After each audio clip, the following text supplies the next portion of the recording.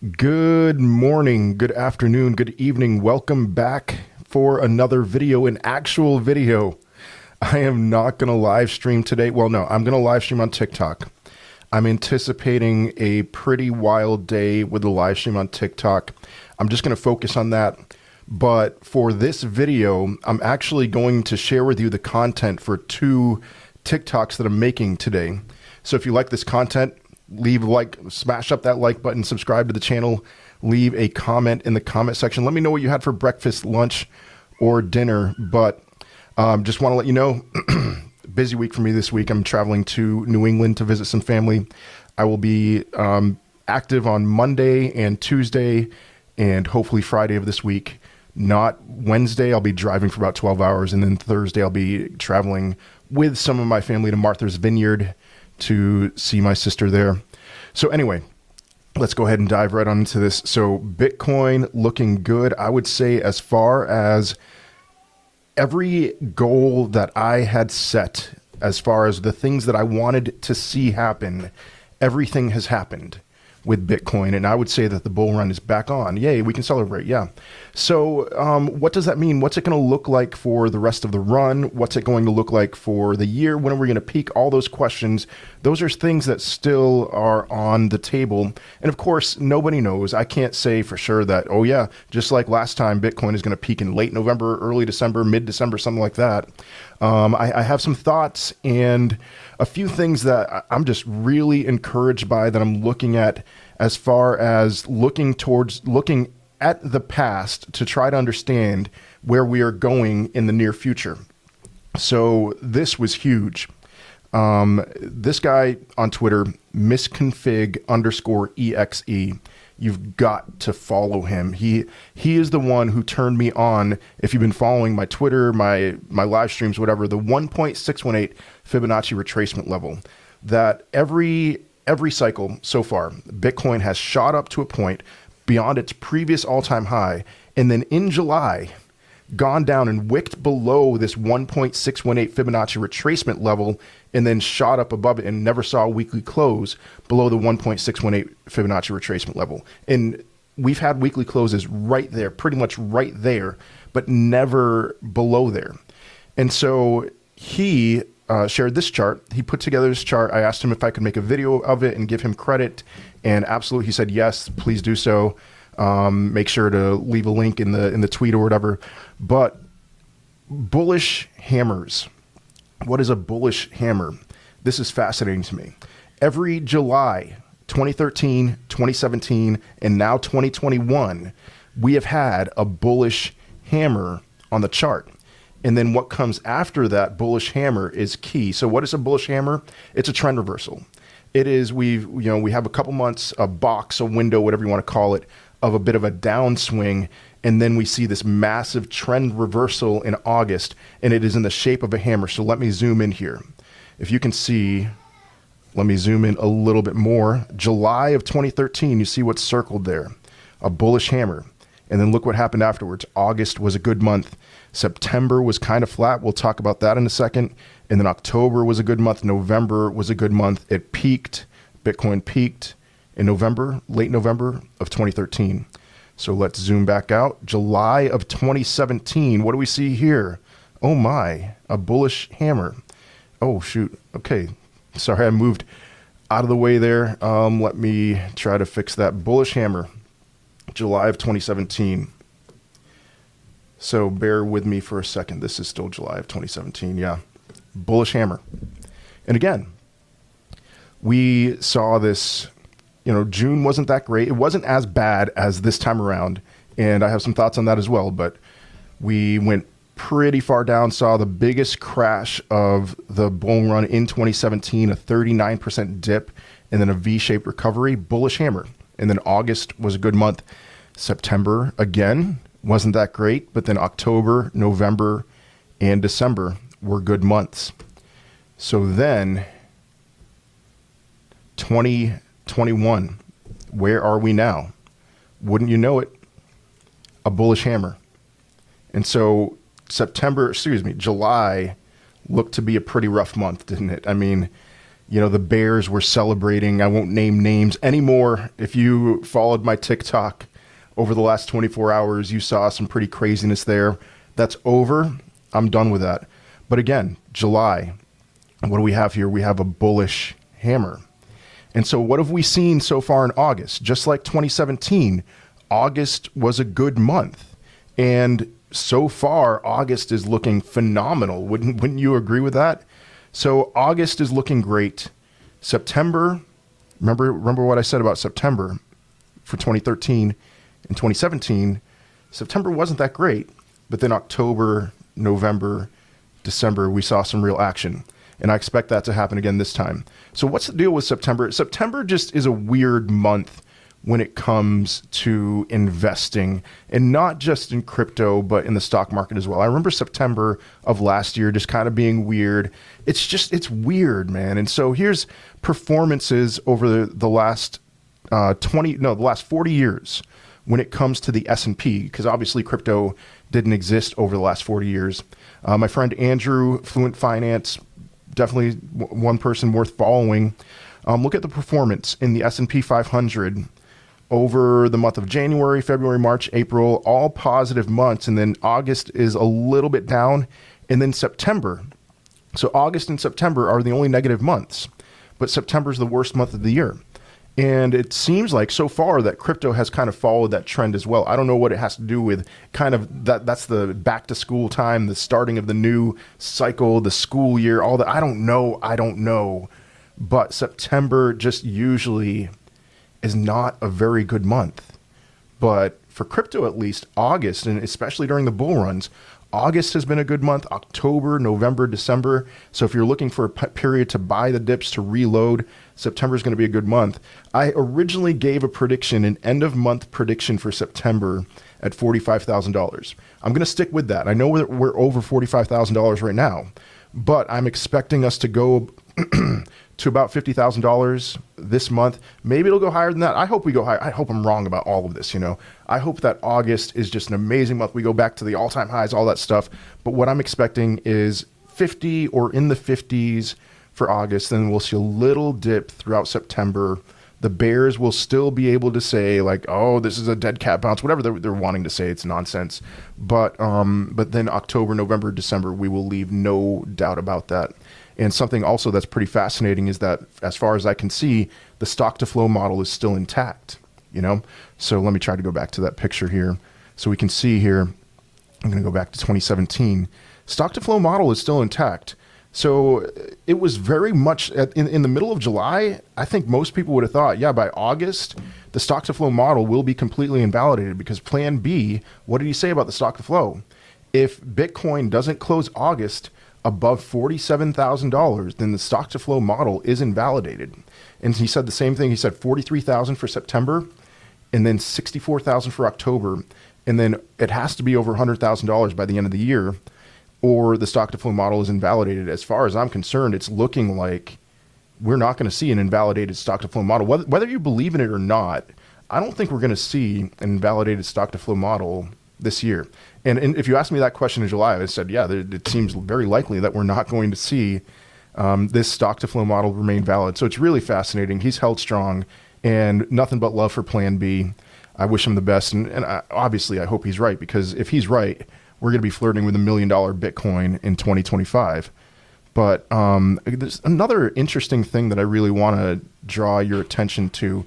It's on my radar. It's not something that I agree with at all, but it's always good to have another perspective here. And I'm seeing this thought swirl around, that we have to go back down to the 200-week moving average.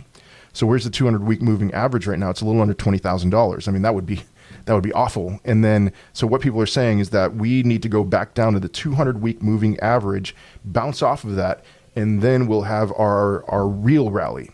And so why are they saying that? It's because of the death cross. We had the death cross.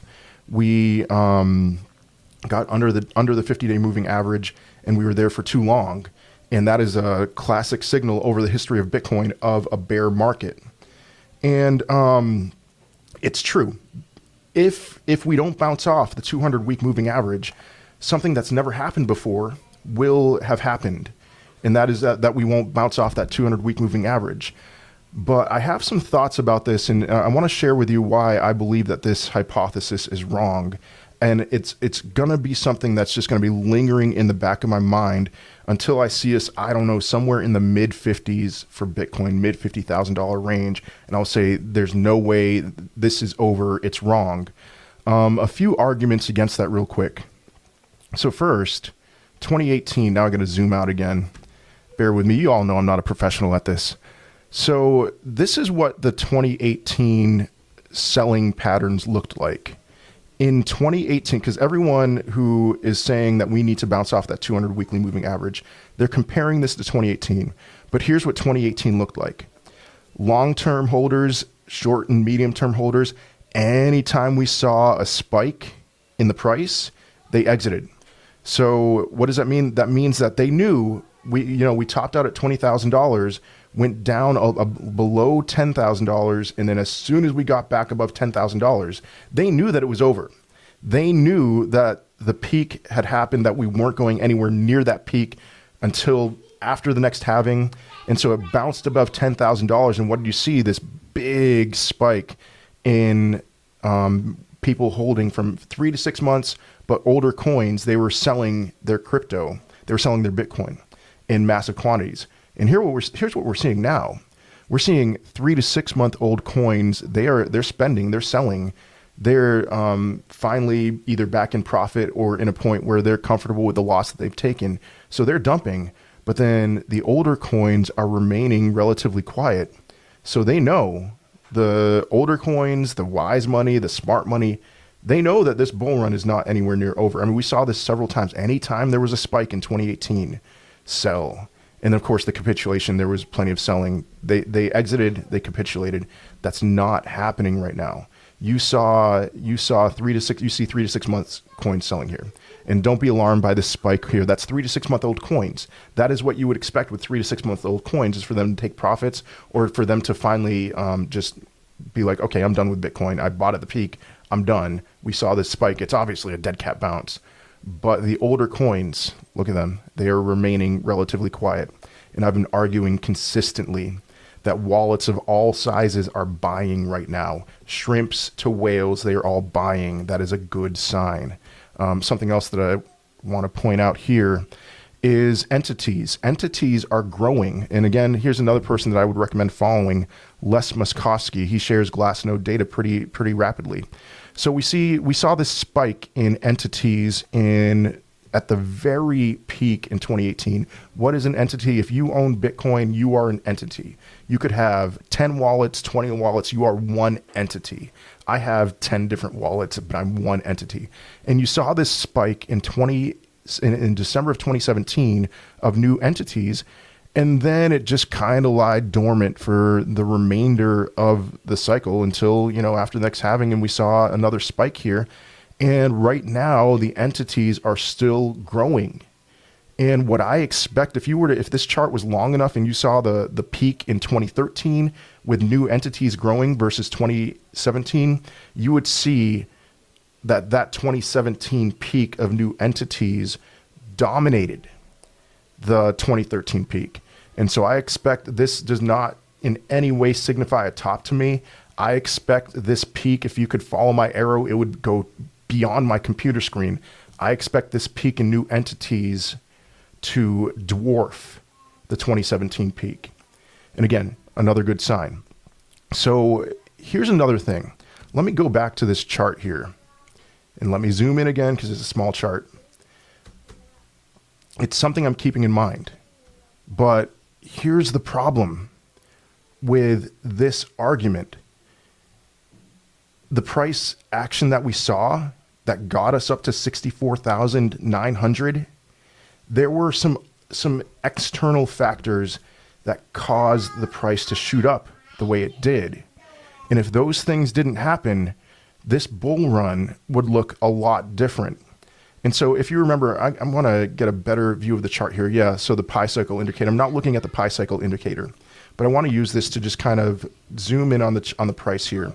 So we hovered in this upper teen range for, let's see, November 19th of 2020, we were at $19,000 and it felt like it was imminent. And I remember at the time thinking, okay, once Bitcoin breaks through this critical barrier, this all-time high, it is off to the races. And it was a beautiful sight when it finally happened. But we spent, how long did we spend there? December 7th, so November 19th to December 7th, December 15th of 2020, a good 3-week period. We were trying to break through that critical level of resistance. And then once we did, the momentum took us all the way to $42,000 on January 8th of 2021. And so we shot way beyond where we should have been as far as the classic moving averages that we normally should expect to test, to come back and test. The 200-day moving average, the 21 weekly EMA. And then we did. We came back and bounced off of that. We got down to 28,000 or so, a little under 29,000 in January 20th, January 21st of 2021 of this year. And then we moved our way back up to that $42,000 range. But I remember at the time this feeling of like, man, I don't know if this is going to happen anytime soon. But then something really key happened that launched us even further, way beyond where we should have been. And do you remember what that was? Early middle February of 2021. Do you remember what launched us past this critical $42,000 barrier? Tesla announced that they bought Bitcoin. And boom, it was off to the races. We shot up to $58,000. That should not have, if Tesla never existed, if Elon Musk was never born, we wouldn't have gone to $58,000 anywhere. We probably would have not gone to $58,000 this whole year. We probably would still not have gotten to $58,000.